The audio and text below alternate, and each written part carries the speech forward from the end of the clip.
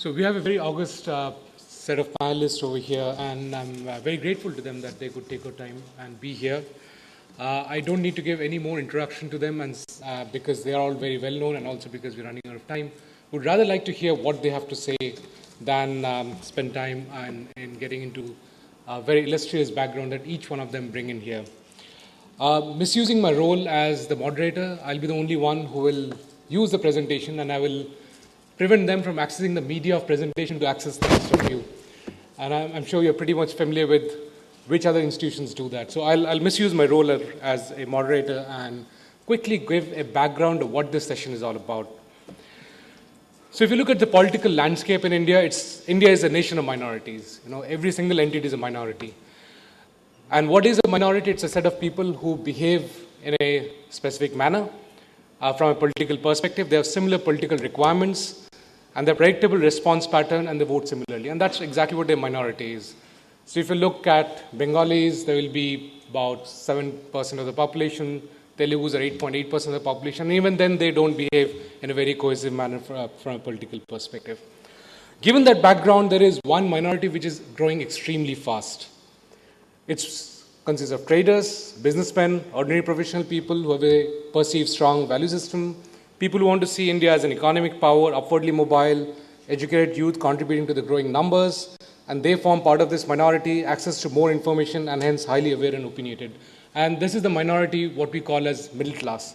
And it seems to be growing very fast, and they seem to be behaving in one simple fashion. And why are they important? As of 2004, which is almost 8-9 years back, there was 241 million of the so-called minority, which is about 20% of the population. It's the only constituency which is actually growing fast. When the middle class grows, some other class must be becoming smaller. Some other section must be becoming smaller because the middle class is growing. It is not as invisible politically as we think it is, because we know that the middle class don't vote. It's a common joke. You know, they talk, they would like to sit in a stage like this, and they would like to talk like the way I'm talking, but they won't go and vote. But however, by just the fact that they don't go and vote also shows that they behave in a particular fashion. So if they can be made to vote, it is a section which is extremely important.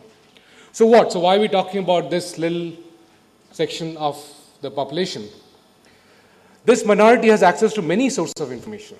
They have access to the internet, social networking, blogs, Twitters, Facebooks, all those dangerous things. They got access to all these dangerous things as Twitters, blogs. They can destroy the universe. And therefore, they have the ability to bypass the conventional media to express opinions that would otherwise not be possible. So they can reach out, they can convey what they want to convey. Some people, they can possibly reach out to some people, they may not be able to reach out, but at least they've got a media to reach out, and that's called the internet. And therefore, it is a very different ballgame that we're talking about. So what? If they have access to this media, so what happens? What we have is pictures from the famous Tahrir Square, but that's not all. We also got pictures from Ramlila. We also got pictures from Wall Street, the Occupy Wall Street movement. So you got from the West, the East, and the Middle East. So everything has had the impact of internet. We have had crowds coming in because of the way internet interplayed and ensured that people can be brought together on a single platform. I'm sure many of you are aware that in 1857, in 1856, when the Sepoy Mutiny happened, the way to put together people was passing the chapatis and the lotus. There are similar communication channels that have opened up through the internet now, and it's subterranean. When the chapatis and the rotis were passed through, it was not visible to the so-called government at that point in time. And so similar channels are coming up which makes the communication subterranean, and you can have large crowds coming up overnight without even the government realizing it. And we saw that happening in Korea when a 13-year-old girl started putting up a internet movement to get people to come to the town center and protest against beef imports from US. The next day morning, there was a huge amount of crowd at the town center in Seoul. And that's the power of internet. So is it about crowd mobilization? Are we only talking about the civil society getting mobilized? And we've got Shivendu from the team Anna, who can probably throw some more light on how to do crowd mobilization and what's the impact of that on the civil society. But it's not just about crowd mobilization. If you look at the electioneering that happened, the last elections, the presidential elections in US, and here is some results from that particular election. 54% of adults use the internet for political purposes. 73% of the adult internet users went online to get news or information about the 2010 midterm elections. Previous research had also found that 22% of online American adults used social network sites like Twitter and so on and so forth. So a whole bunch of statistics. I don't need to back up what I'm saying with these statistics. I mean, all of us are aware of what happened. And is India any different?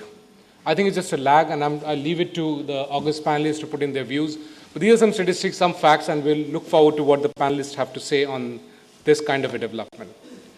There's also a trickle-down effect, and again, some of the panelists may or may not disagree. There is a little bit of trickle-down from English newspapers and English studios to the vernacular. What we are also seeing is a trickle-down from the internet to the English media to the vernacular, which is where the internet starts becoming extremely important. And that is actually what the mechanism of communication looks like as of now. So you've got all kinds of communication, from pigeons to newspapers to post offices to the so-called dangerous Facebooks and so on and so forth. But the important effect is a long tail effect on politics, which is that, if you're all aware of what the long tail effect is, that because of the internet you can go and reach out to the smallest segment in the market.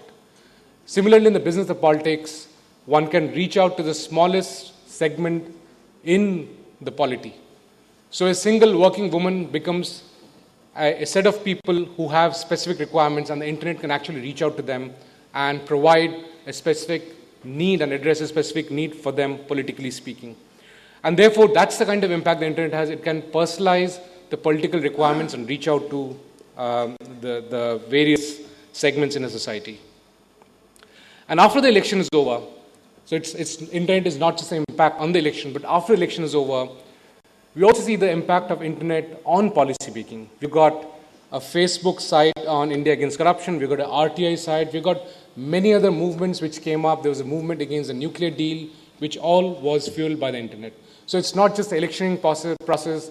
E-politics also has an impact on policy making once the government has come into power, and which is a very different equation that we had earlier. We used to have what we traditionally call as indirect democracy, which is once we elect somebody, and that's what we were talking about in the previous session, we elect somebody and then we wash our hands off, and whoever we have elected takes care of all policy making.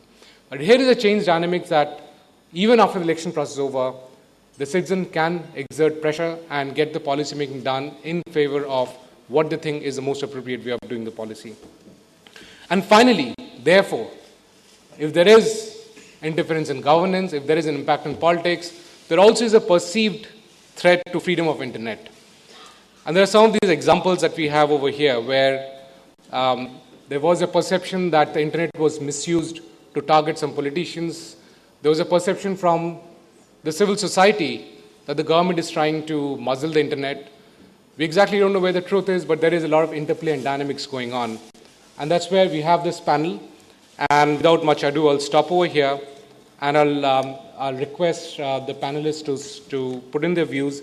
I'll start with you, sir, Prananjay, and hear your views on these three matters. And I look forward to hearing from you.